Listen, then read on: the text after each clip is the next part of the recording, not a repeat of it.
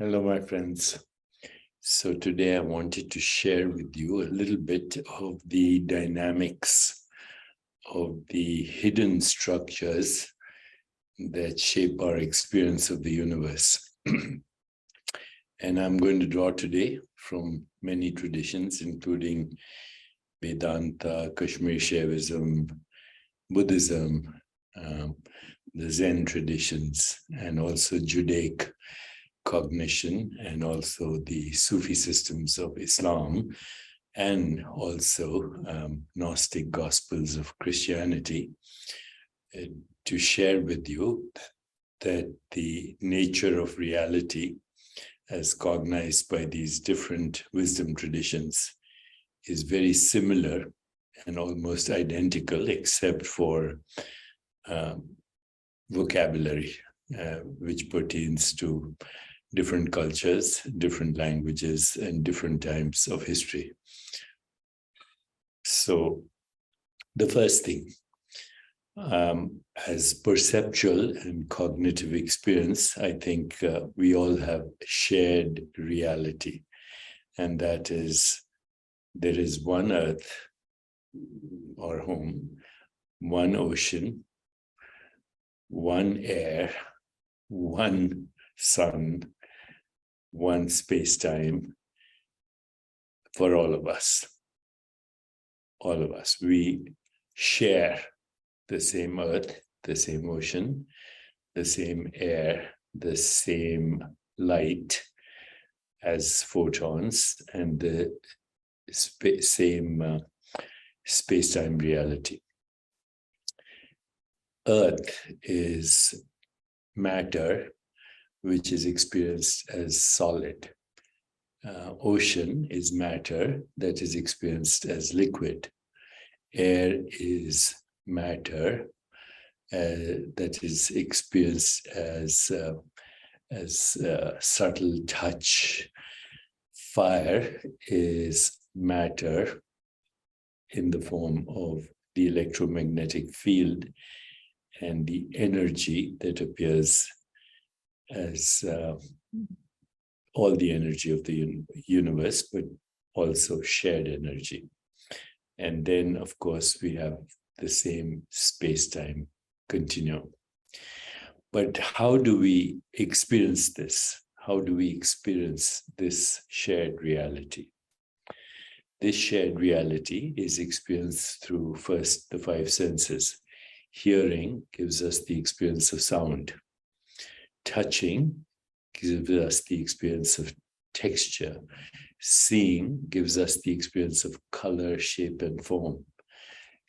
Taste gives us the experience of flavor. Smell gives us the experience of fragrance. And these experiences translate actually into the reality that we call Earth. Earth is completely cognized and understood through the experience of knowing, or through the mode of knowing that we call smell. Water is experienced through the mode of knowing that we call taste. Fire and shape and form, and everything that we call an object is experienced through the mode of knowing called seeing. Texture, the mode of knowing called touching. Air being the softest experience of touch, of sensation. Hearing gives us the experience of the fluctuations of atmosphere that arise as the movement or vibration of the vocal cords. These are modes of knowing that gives us. These are modes of knowing that give us the experience of what we call everyday reality, both perceptual and cognitive shared reality. Now, when we go to the Kabbalah, you'll find actually the same idea. Ein Sof is the ultimate reality, and it first differentiates into what we call wisdom. Wisdom means knowledge of existence. Bina, which means understanding of existence. And dat, knowledge. Actually, chokma means wisdom. Chokma means wisdom. Bina means understanding. And dat means knowledge. If you want to understand that, that is exactly the meaning of Shabbat. And then there are divine attitudes like Hesod, loving kindness, Gevurah, strength that comes from giving and receiving, Tiferet, that is beauty, that is the presence or the experience of presence in objects of experiences. Netzach, which means victory or triumph that comes from knowledge. Yesod, the foundation, basis of all experience, awareness. And Malchut, the sovereignty and the freedom that comes from transcendence into pure awareness. So Ein Sof in Judaism is the differentiation of the light of awareness, really. And it's the same as Brahman, Allah, ultimate reality, the source of all experience, pure consciousness, pure creativity, pure correlation or synchronicity, unpredictability, the source of attention, intention, which comes about as a transcendence of all modes of knowing and experience. So when we see this similarity between the origins of all religious experience, then it's obvious that the differences between the religious organizations and theologies and what we might call the doctrines is merely a matter of semantics. It is the one reality that first differentiates into the theater of space-time and causality. The theater of space-time and causality is actually a modification of awareness into the experience of space-time.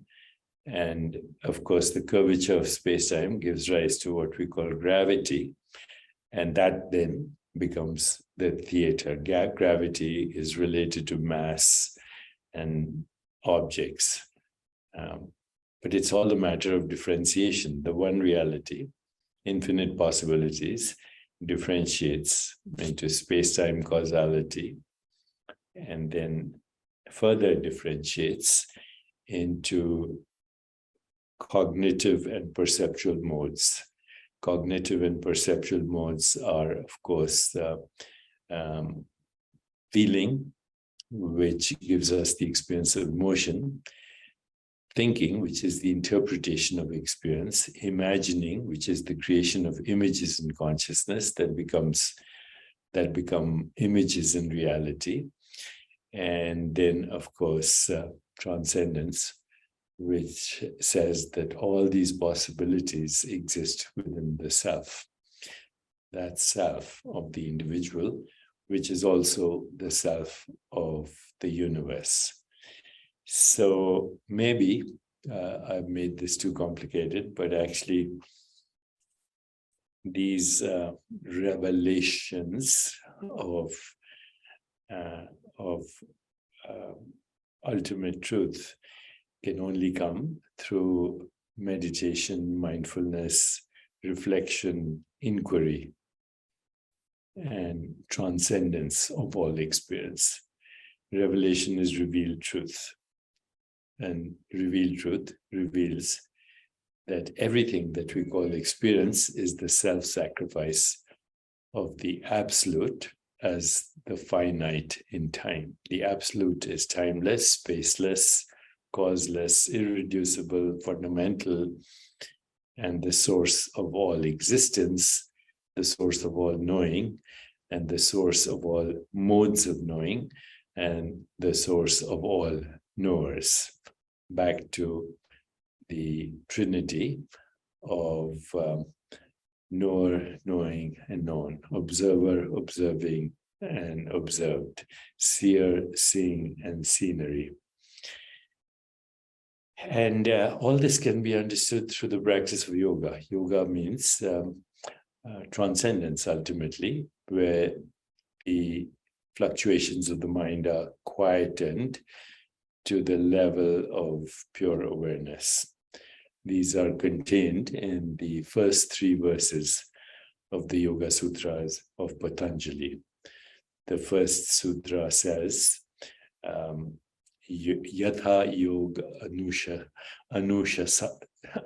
Yatha Yog Anushasana, Yatha Yog Anusasana, or Sashana, which means now the teaching of yoga begins. The second verse says, Yog Chit Vritti Nirodh. Yoga is the quietening of the fluctuations of awareness that appear as sensations, images, feelings, and thoughts. And the third verse says, Tada Drishta Swarupanamam. Tada Drishta Swarupe Shasanam.